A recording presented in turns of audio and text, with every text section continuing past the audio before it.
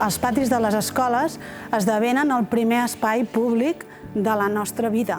És aquest espai on nosaltres comencem a veure les relacions que es produeixen entre les persones i on nosaltres comencem a existir en la nostra diversitat. I, per tant, hem de veure quines són les possibilitats de l'espai i les possibilitats dels col·lectius.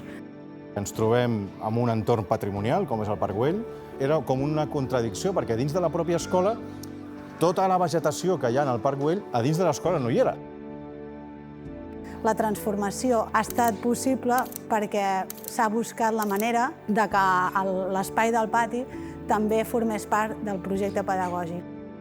El disseny del pati ens ha permès poder crear un espai coeducatiu. El centre de l'aprenentatge el basem en el nostre alumnat. Aquests diferents ambients d'aprenentatge hem pogut veure i poder sortir més a l'espai exterior per poder gaudir d'aquests moments de simbiosi entre la natura i l'arquitectura de Gaudí.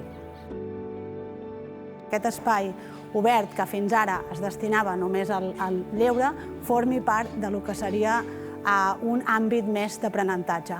Com? Doncs buscant la manera de generar molts espais diferents per tal que es puguin donar diverses activitats. Unes de més lliures, unes de més dirigides, però on cada infant i en cada moment pugui trobar la manera de viure aquell espai. Ha sigut una obra que els plànols han servit com a intenció, però també com un punt d'arrencada, perquè després poguessis anar com fer-t'ho a mida. Fer una obra dintre del Parc Güell ja no només implica el que pot ser de forma singular fer una obra al Parc Güell, sinó l'entorn més immediat, és a dir, es van haver de fer treballs en horari nocturn, es va fer unes passeres de protecció i, clar, causar les molèsties mínimes. Aquí intervinguis on intervinguis, tot forma part del patrimoni, que vol dir que nosaltres la intervenció no només s'ha cenyit a lo que és purament obra, sinó que també el tema jardineria i passatgisme ha tingut un component molt important. Treballem també amb materials el més naturals possible, la fusta, la pedra, la vegetació, col·locades de manera que també es puguin interpretar com espais que es van connectant els uns amb els altres.